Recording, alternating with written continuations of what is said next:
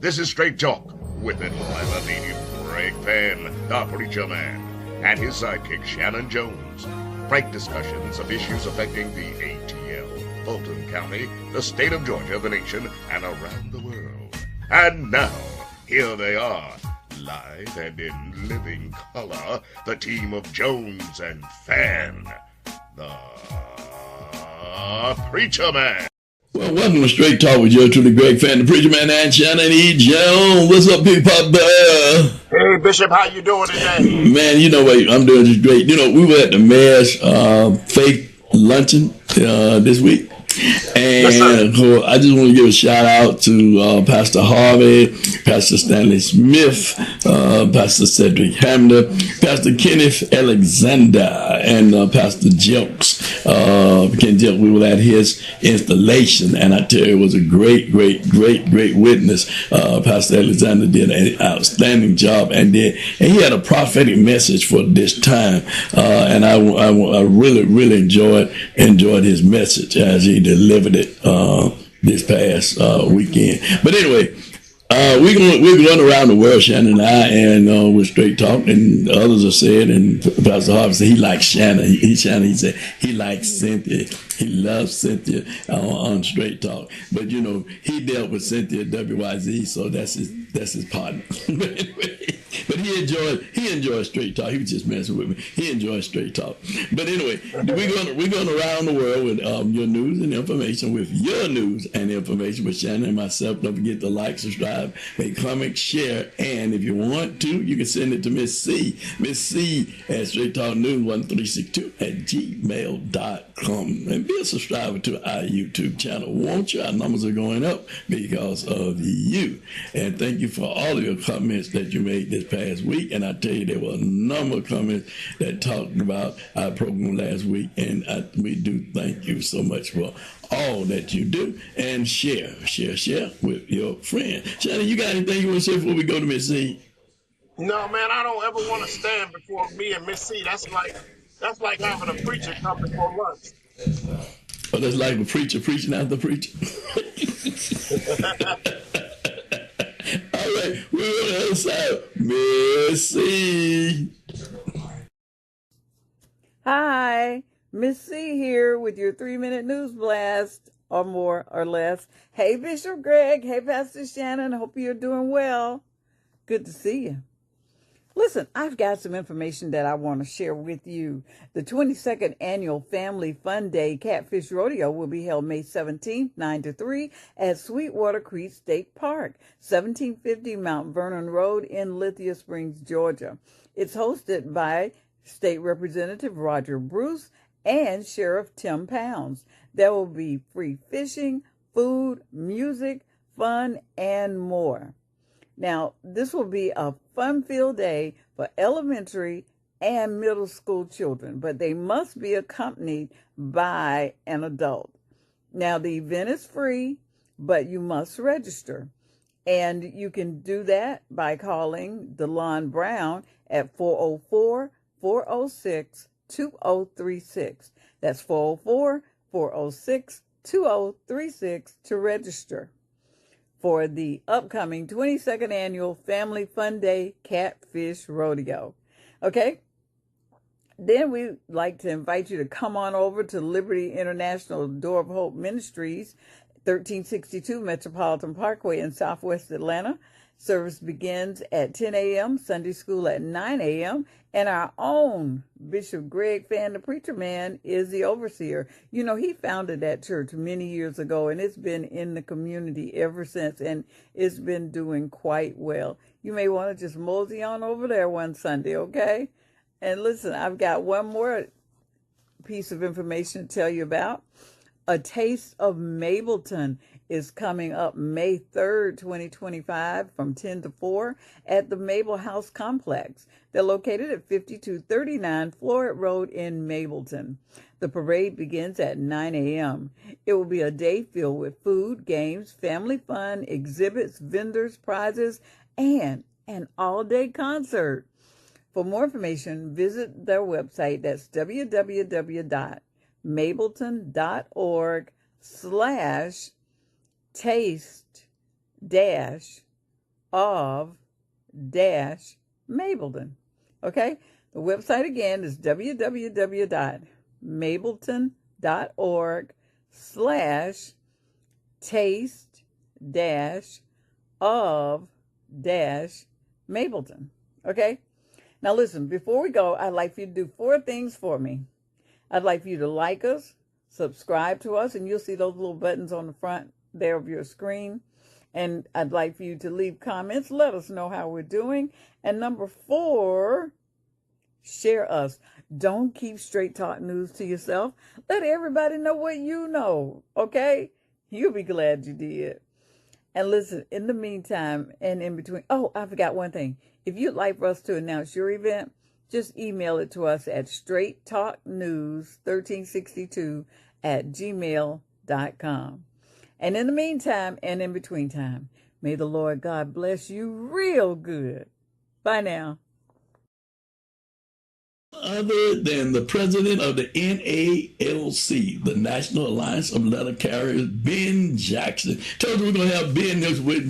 We're going to be talking about the thing that's going on with the letter carriers and the madness that's going on with the guy who plays golf and write executive orders. He plays golf, and that's all he does is playing golf and write executive orders and look for his those individuals that he put in the cabinet in all these places to make all these stupid, to fulfill all these stupid executive orders. Now he wants to mess with the Postal Service. So Ben, tell us about what's going on with the postal workers and our mail. Well, the Postal Service, what we're looking at, this dark cloud now is on our doorsteps. Of course, you're aware of a lot of federal agencies and employees that's been laid off by executive orders or issues where TSA, for example, collective bargaining eliminated just out of a stroke of a pen. And so now we are looking at these same issues popping up in our industry. So we are trying to get in front of it. We are protesting, letting the people know that the Postal Service is not for sale. Of course, with this new administration, they feel that they want to take this company called the United States Postal Service, which we are independent from the federal government, and try to put us into this commerce of the government. And if that is done, there goes the Postal Service. So, we're sitting back with all the unions within the Postal Service trying to stick together and fight this dark cloud. We talked about 640,000 employees for the United States Postal Service. Wow. And a lot of people don't really understand.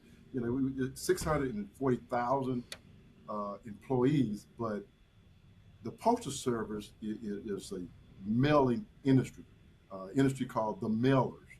Now you're talking about another additional 7 million employees that can be affected by this theme, or they're trying to dismantle or even get rid of the Postal Service.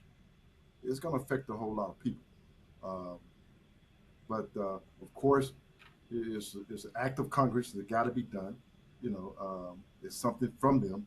But seeing what's going on now, it seems like some people decide they can do what they want to do, sign executive orders, and it's done. But it's not going to be really easy to get rid of the Postal Service. We are the oldest federal agency around. You're talking about 250 years that we've been in existence. And we're self-sufficient. We're not an organization where taxpayers pays our salaries or do anything with the Postal Service. Postal Service, and people don't really know. They think that because they pay taxes, it helps the Postal Service, and it doesn't. Only thing that helps the Postal Service is being able to sell our product. As long as we're selling our product, and that keeps us afloat. Ben, let me stop you right there. Let me stop you right there, because I think this is an educational piece for people that's listening, and I think that one is that when you talk about selling your product, you're self-sustaining, meaning that you're not taking any taxpayers' dollars to go. Postal Service doesn't take any tax dollars to run the Postal Service. So you're self-supported, self-sustained. So what are some of the products that you guys actually make money off of to keep the Postal Service running? And are they claiming that the Postal Service is running it's a debit? You're running a debit, and or what are the insufficiencies, or what's the claim, or what are they claiming? And then tell us, first of all, tell us what service they have, and then tell us, the viewers, what are they claiming the reason they want to privatize or do away with the Postal Service? Well, what we looking at is parcels, express mail, stamps. To get our revenues, to keep us, sustain us. We're a non-profit organization. The Postal Service is not designed to make profit. It's designed to give a service to American people. And when you're looking at privatizing the Postal Service, you're going to harm rural America. America is mainly rural. If you take a look at it, the outskirts of the United States, you got your Chicago, your Miami, your California, New York, Washington, Atlanta. That's where all your money areas are. But in the middle, rural. And what we do is provide a service to all Americans, no matter where they live, no matter if they're 5 miles off the road. We're going to deliver whatever they're getting, a package, a postcard, whatever it is, because at the same price as Xerox or Coca-Cola, it's going to be the same price for everyone. Now, if that is taken away from us, that's universal service. If we lose that, the American people lose that, then the price to deliver a piece of mail is going to be enormous. And the only one is going to be the have and the have-nots. And of course, Greg, you understand that the haves are the one with the money and was profitable. And the have-nots are the ones that's going to be suffering and is not going to be able to get the same benefits as those that are the haves. So when we look at the Postal Service, because it's like, we for all of our life, my life, I don't know nothing but the Postal Service delivering mail, right? And that's all I know, and that's most people know is that the postman gonna come and he's gonna bring our mail, a check every now and then, but mostly bill. but they gonna bring it to our house, right?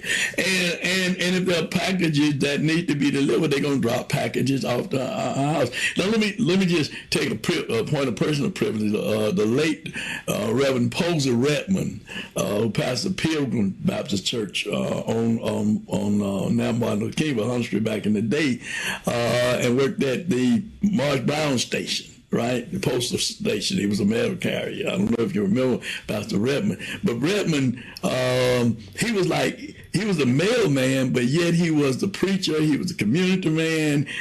He knew all of the people on his route. He knew who got mail and what mail should go to this house, what mail should go to that house, and it was like we were family. Everybody knew everybody. It was like family. The postman was very important to our community and was a watchman for our community to do, because if anything was going on in the community, they would see it because they were the postmen, and they were a part and pillar of the community.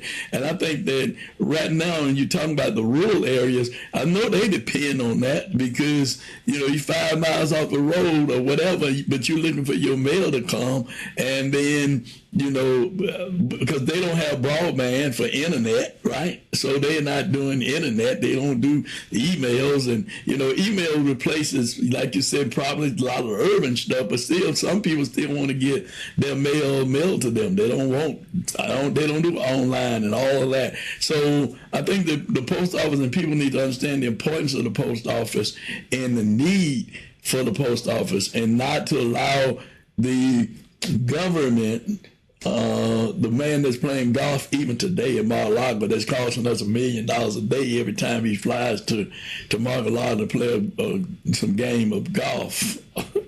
Ooh, really? And people need to understand that. That's what it's costing the American people. Now, those are tax dollars. Those are our tax dollars that are being spent. But the post office is not making money off our tax dollars. They're self-sustaining. You're explaining that to the people today. So if people want to get engaged in this and the conversation, how do they get engaged? How could they lend their voices to this effort that the post office is not taken over by Elon Musk and the billionaires who want their hands on this money that the post office is making? How do we as the public get involved in this worthwhile cause? You know, the thing with the public gonna have to realize is that the Postal Service is very political, very, very political. They have to get with their congressmen, they have to get with their senators, and complain and make sure they take a stand with us and saying that we want our Postal Service to stay around and be around forever. And if we can get calls, get people to call the congressmen, call the senators, and flood that, because you understand that their main concern is to be reelected, and they want to be reelected. And we, as the American people, are the ones that's electing these politicians. And Congress controls the Postal Service. Then surely the only thing we ask that all Americans do is to get involved, call your congressmen, let them know how you feel about the Postal Service, and let them do what we elected them to do, and that is be a part and stand with this Postal Service and make sure that we sustain and we're here for a long period of time. So how can if someone said, well, I want to know more about this, Bishop Fann, man, I want to know how more about how can I get involved? How can we rally the troops around it? How can we as faith leaders rally the troop around it? How can we as community leaders rally the troops around it to do a call to our elected officials, both locally? I know you're saying nationally, but we need to contact our local officials too, because they can lend their voice to it, because they're in those seats, right? So they have a relationship with the congressmen and all. When they have their town hall meeting or they have their private conversation with these senators and these the Congress people in the 5th congressional district, 13th congressional district, those district that like the county district that Hank Johnson is, not call some names of some of these congressional people like Hank Johns and Akima, Lucy Macbeth. Those are the ones, David Scott. Those are our representatives and down in Columbus, and his name escaped me right now, but you know what I'm talking about. But those are congressional people. And I think Georgia has 11 or 12 congressional people that you can call throughout the state of Georgia. I don't care if they may be Republican, but still call them, right? Still email them, because we need to call and email everybody we can to let our voice to this, because we have to stop the madness that we see that's going on with this golfer. This Monday morning golfer spending $1 million every time he goes to Mar-a-Lago. Oh man, God, people ought to be upset about that. When food prices are going up and everything is going up and people are losing their jobs and money. This is what I think a lot of people are not thinking about. If you guys lose your jobs, then that means you ain't got money to spend and put back in the economy, right? So that means that somebody else gonna lose their job, because there'll be no need for you, because they won't have money to pay you. So now it's a domino effect. It's a domino effect. The more people lose their job, the less money they have to spend. So the less money they have to spend, then the next thing is gonna be your job. So it's all about us being connected to the whole. We're all connected to the whole. So, Ben, you want to give them your number so they can call your office or get more information from the National Alliance of Postal Workers. How can they do that? First of all, they can call me. My number, my office number is 404-284-4222. That's Okay. Again, my number is 404-284-4222. And another thing that all the unions that's involved in the Postal Service, which is three of them that is involved, that's Mail Helms, APW, National Association of Letter Carriers. We are planning with labor to come together and do a massive let the people know rally. Uh, so that's going to be coming up. We're planning that. I talked to Georgia Labor Council, something that we want to do. I think, because we've been lately having different spots. APW will do something, mail handlers do something, letter carriers will do something, but we're going to come together as one group and have a massive and a big, huge rally to let the people know exactly what's going on. So if they call me, keep in touch. It's going to be in the media. People are going to know about it. Just pay close attention to what's going on. When you start hearing things about uh, they're going to privatize, and you're hearing it more on the news, then we're going to be taking a lot of actions towards that. All right. Well, Ben, thank you so much for just joining us today and being our special guest and informing the people what's going on with the Postal Service. And listen, guys, if you are so obliged, give Ben a call and he'll tell you all about it and what's going on and how you can play a part in this worthwhile effort. We don't want to lose our Postal Service, and we want to make sure that all our people continue to have a job, because if 46, 45, whatever you want to call him. But anyway, if he can continue to spend millions of dollars to go play golf, we certainly need to keep people gainfully employed who's going to take care of their rent, their house note, their car note, and making sure their children have quality education. Thank you so much, Ben, for joining us. And this ain't been nothing but straight talk with you, to the great fan, the preacher man. And we'll be back on the other side with Shanan and myself. And we got more stuff to talk about, what's going on around the world here on Straight Talk. Greg, I sure appreciate you inviting me on your show. Glad to have you. Well, we got Ben Jackson, and Ben was on after Miss C. I didn't say that he was going to come on, but Ben Jackson is the president of the Postal Union, and you heard the interview and the things that they're dealing with the Postal Union and the postal employees. And I think one of the things that people need to understand, they're attacking not just the workers, they're attacking us, because they're taking services away from us that we're used to. And so we have to understand that this is not just about the workers. It's about what they're doing to us as citizens.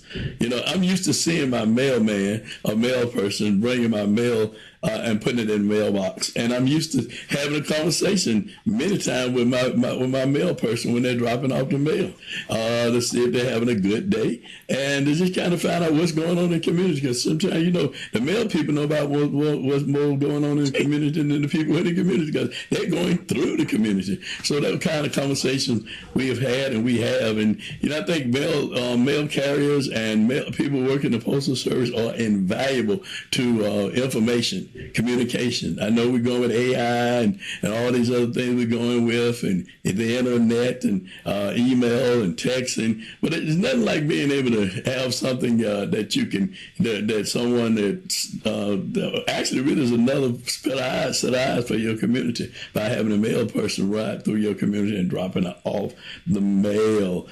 Shannon, one of the things that we experience in our world today, have you called someplace and you got this machine that say, you've reached so and so and so, punch this if you want this, punch this if you want this, punch that if you want this, and you never can get to a live person?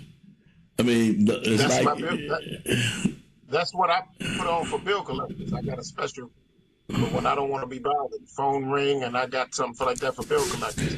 If you want Shannon to pay this bill, press 1. And then if they press 1, if you think Shannon's going to pay this bill, press 2. If you think Shannon thinks this is his bill, press 3. You got to know something about that. It's like the man told me one thing. I think, Jones, we are set up. We expect you to make payment. I said, you can expect me to make payment anytime. I can't manage your expectations, but I'm telling you when I'm going to be able to pay it. And I'm going to get it to you around the 12th or 13th of November. But I'm taking it. You know what? You know what? You are a character. You really are a character. You know that. but the reality, when we start talking about this, though, automation is really taking a lot of jobs from people. If you really think about it, you don't have a parking lot attendant anymore. Now you got to scan the QR code. I mean, just everything is now high tech. So when you're creating all these technical things that are replacing people, where are people going to get an income from? Where are they going to be able to get a livelihood? And especially when you're talking about, well, we're not going to get social check no more, so you can't depend on that. The stock market's going down, so your own pension plans or your own investment plan, your own annuity plans, and all those plans that you have invested money in, now you're losing that because the stocks that the actuary is investing your money in, you're losing the value of that money because the stock market's going down. And you heard what China did today. China just put a 34% tariff on the United States, and Donald Trump told me, oh, that they made a mistake. They shouldn't have done that. They made a mistake. No, you made a mistake when you started this tariff war. You made a mistake when you started dealing with our allies and treating our allies as enemy. You made a mistake. You did, Mr. President.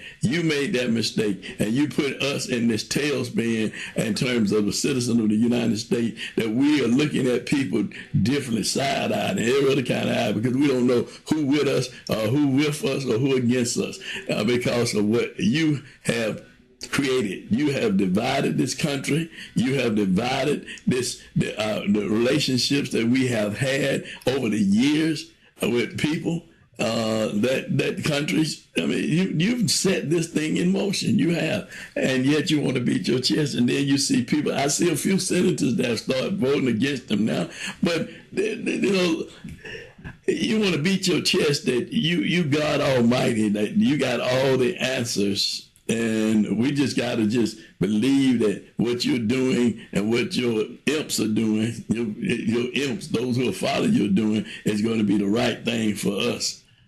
I disagree with that, and many Americans today disagree with that. Even those who thought you would do right, they're now disagreeing with you because 80% of Americans by the poll disagree with everything that you're doing. So you can't say that you're doing the things for the people of America, because when you have 80% of the country polled to say that they disagree with it, man, that's a high number, a very high number. You almost headed to 100.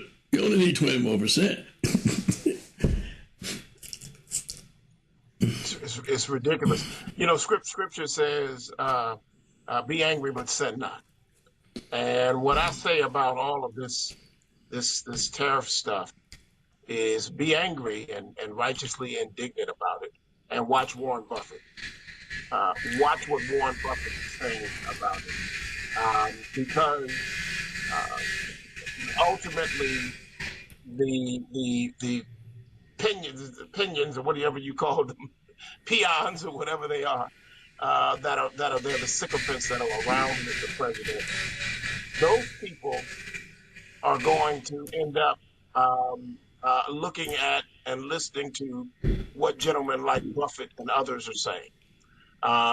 And so they're going to say one thing to him. They're going to try to, push forth this agenda, because what they're pushing forth, Bishop, is the agenda that he oversold the American people on, that he was going to create all of these American jobs. That the American, if you take a Ford and open it up and go through it with a magnifying glass, when you get through with it, the only thing that Ford perhaps made was the sign that says Ford on the car. Everything else comes from somewhere else. And so this notion that you can build American manufacturing, you can't, because look at what the cost of living is. Look at a city like Atlanta, and how the rich 1% live here, and what the spread is between the rich and the poor is here. Look at what a decent wage is. We were fighting for folks to get a $15 wage, Bishop, and really they needed a $36 livable wage, or probably more than that. So you can't bring manufacturing here. I mean, it was an oversell. So you got Lipnick and all these guys that are trying to push this thing through, and then they have some kind of plan, because as you spoke to earlier, over the last 2 days, the stock market has lost $5 trillion with a T, $5 trillion, $5 trillion. Now you say, well, we elected Trump because he's a businessman. He knows the stock market $5 trillion. Sure, the surprising job numbers today, 200,000 folks, but we got to see what type of jobs those were that those people went into. Sometimes people have to hold their nose and take a job that is beneath them to be able to feed their families. I'm sure the jobs market did go up with all of the people that they've been firing since the day that they got there. Those people have walked out of those jobs and then moved into other means of employment. But there is, Bishop, a saying. It's a Turkish proverb. And it says, when a clown moves into a palace, he doesn't become a king. The palace becomes a circus. And that's what we're seeing right now. We're seeing the federal government, the White House, and all of the cabinet departments become a circus, a three-ring circus. And that's what we're dealing with. And the ringmaster could be Trump, could be Elon Musk, who's supposed to leave on May the 30th. They said his 130 something days were over. Then he came back and said he will leave when he's finished. This is all interesting. You know, that's what Trump said. I'm not going to leave the first time. And then they went down there and had a tour of the Capitol. Remember the tour of the Capitol? The tour of the Capitol is what they called it. When they went down and Yeah, it was a tour, all right. Look for the Speaker of the House to kill her. Had the Vice President hiding in a corner, in a basement somewhere in the Capitol, in a garage, where they were looking for and saying they were going to kill him. Had a hangman noose. They said with his name on it. So you just look at all that and what he did. Now he's even talking about he's going to do a third term, which we're not fooled by that. 22nd Amendment is not going to let him do that. But he'll throw out silly stuff like that. Ho. Now, Newt Gingrich just said, yes, that's true. But then Newt Gingrich, you know, the former Speaker of the House, who's certainly an ultra conservative, right, Republican, he said that could be a provision for him to be president, but he was saying it has to be a constitutional amendment, and every state will have to pass and agree that by majority of states that he can get a third term. Now, don't put it past him to try that ploy, because he's controlling certain states right now, and he is purging the roll on voters. And you know, he asked Musk and DEI, he asked Doge, he asked the IRS, Social Security, to look into everyone in the state that's getting federal money to see how they'll purge their rolls and get felonies, convicted felonies off their roll. Now, that's a shameful thing that he has done. Shameful, very shameful, Shanan. It's so shameful because he's a convicted felon and he's the president of the United States. I mean, it's absolute. I'm sorry. It's absolutely shameful. And what I would say to Newt Gingrich is you just have to go back and read what Tip O'Neill said about Newt Gingrich. I think it's just as true now as it was then, Bishop. And that is that Newt Gingrich, an academician, a historian by training and education, is an extremist. And he's always advanced extremist views. And the contract for America, I mean, he's always been an extremist. And so I think that would be rather extreme. But let's just say what Newt Gingrich says is true, that a majority of the states. Well, just go and look at the election this week in the red state of Florida, in the reddest area of Florida, where the 2 congressional seats were up, and you'll see that the margin had already narrowed by a double narrowing of the margin from where Trump was.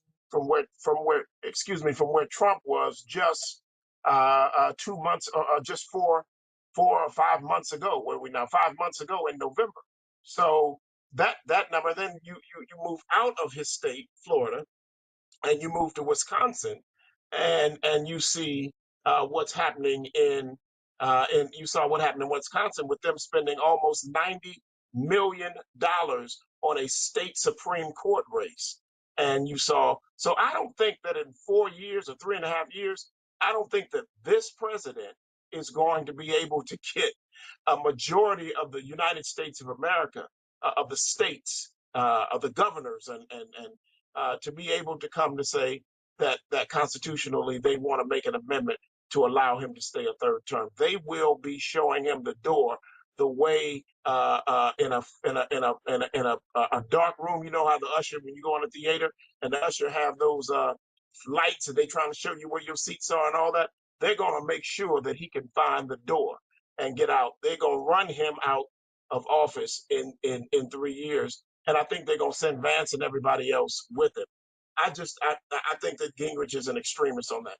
I'm not concerned about that at all. Question is, Bishop, will we have a country for anybody to be the president over? Because I'm just really shocked with what we're allowing. Kudos to Cory Booker and others that are trying to advance this thing. But it's more than a notion.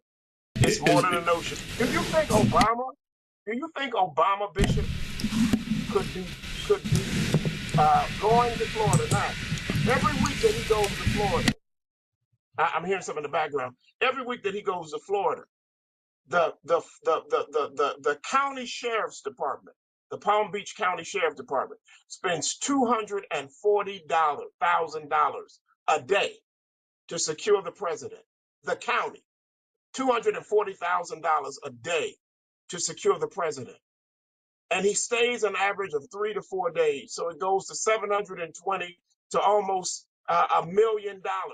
They are already at $5.4 million from his visit alone. Just the county to secure him with helicopters and all the things that they do to support the United States Secret Service. Then he has to fly there and fly all those people there. That's $3.5 to $4.5 million. $3.5 to $4.5 million. In addition to what the county is spending every month. Do you think that that Obama could be firing the folk, talking about getting rid of the Department of Education, costing all this money, costing the country almost $50 million already in air travel just so he can go play golf? And the stock market has lost $5 trillion. And right now, he's on the golf course right now. Playing golf. No, Obama couldn't do it, and nobody else could do it. It's because it is because they're allowing it, Shanan. They're allowing it. The neighbors are allowing him to do that. But listen, we're gonna stop here. We're gonna have to make a hard stop here. But listen, we're gonna pick up on this next week. We're gonna pick up on this next week because it's so much going on. It's so much that is going on that we have to keep on talking about what's going on around the world, and then what's also going on in our country and in our community. We do that right here on Straight Talk. Listen, ladies and gentlemen, if you enjoy Straight Talk, check us out each and every week. Like us, subscribe to our channel, make comments, and share. Send information and news to Miss C at straighttalknews1362@gmail.com. Apologize for the noise in the background. Got a little construction work going on here. And listen, that's Straight Talk News, a YouTube channel, which you're truly great fan, the Preacher Man, and Shanan E. Jones. We are going around the world. So until next week, it ain't been nothing but what, Shanan? Straight Talk. And we got more talking to do. Want to be a guest on Straight Talk? Email Greg Fann at FANN922@comcast.net or call 404-308-0795. Join us again for another episode of Straight Talk with Shanan Jones and Greg Fann, the Preacher Man.